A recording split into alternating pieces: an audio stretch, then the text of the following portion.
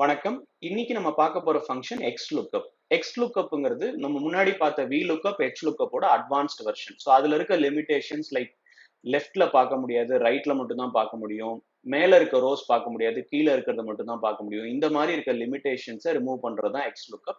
இன்னும் அட்வான்ஸ்டா நிறைய விஷயங்கள் இருக்கு. நம்ம ஃபார்முலால போய் தெரிஞ்சுக்கலாம். ஸோ இதுல ஃபர்ஸ்ட் ஃபார்முலாவோட சின்டெக்ஸ் இஸ் இம்பார்ட்டன்ட்.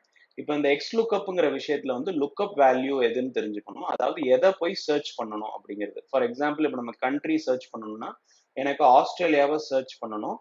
எங்க போய் சர்ச் பண்ணணும்? ஸோ நம்மளோட டேட்டாபேஸ் லிஸ்ட்ல போயிட்டு அந்த பர்டிகுலர் நம்ம பார்க்க வேண்டியது எந்த காலம்ல இருக்கு. இப்போ இதுதான் one of the major changes in XLOOKUP function. அதாவது நம்ம VLOOKUP, HLOOKUPல என்டையர் ரேஞ்சை செலக்ட் பண்ணுவோம். இதுல வந்து நம்ம பார்க்க வேண்டிய பர்டிகுலர் டேட்டாவோட காலத்தை மட்டும் செலக்ட் பண்ணா போதும். ஸோ எனக்கு லுக்அப் அரேல போயிட்டு ரிலவெண்ட் பி காலம்ல இருக்க கண்ட்ரியை வந்து நான் செலக்ட் பண்ணிடுறேன். இப்போ நெக்ஸ்ட் வந்து எதை ரிட்டர்ன் பண்ணணும், அதாவது சர்ச் பண்ணி ரிட்ரீவ் பண்ண வேண்டிய டேட்டா வந்து எந்த காலம்ல இருக்கு அப்படிங்கிறத கொடுக்கணும். So this is the next relevant choice நம்ம செலக்ட் பண்ணணும். ஸோ இப்போ நமக்கு தேவை என்ன? கரன்சி. ஸோ கரன்சியை நான் செலக்ட் பண்றேன்.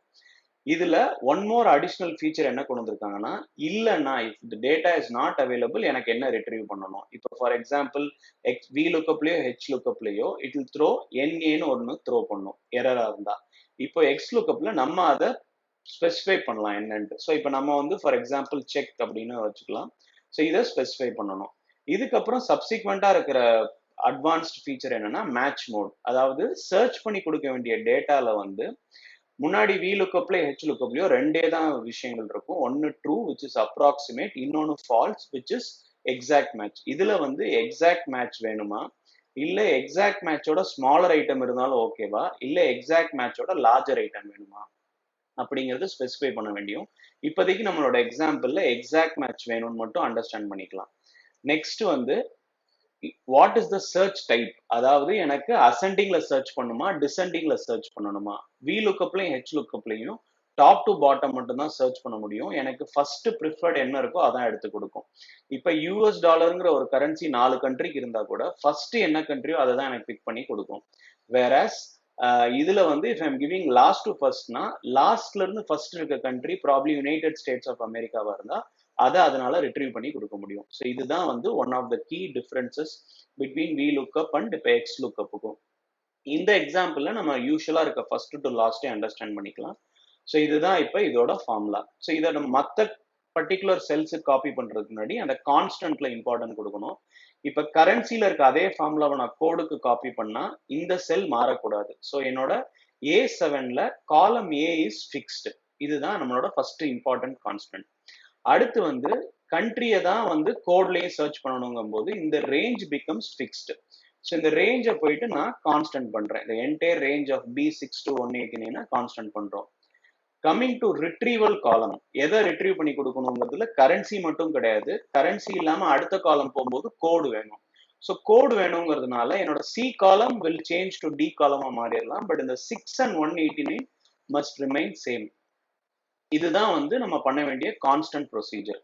இப்போ இதை நான் மற்ற செல்லு காப்பி பண்ணா I need not edit the formula, அப்படியே யூஸ் பண்ணிக்கலாம். இதை நான் அப்படியே கோடுக்கு மாத்தினாலும் கோட்லயும் நான் அதே ஃபார்முலாவை அப்ளை பண்ணிக்கலாம். பாத்தீங்கன்னா சில இருந்து டிக்கு மாறி இருக்கும்.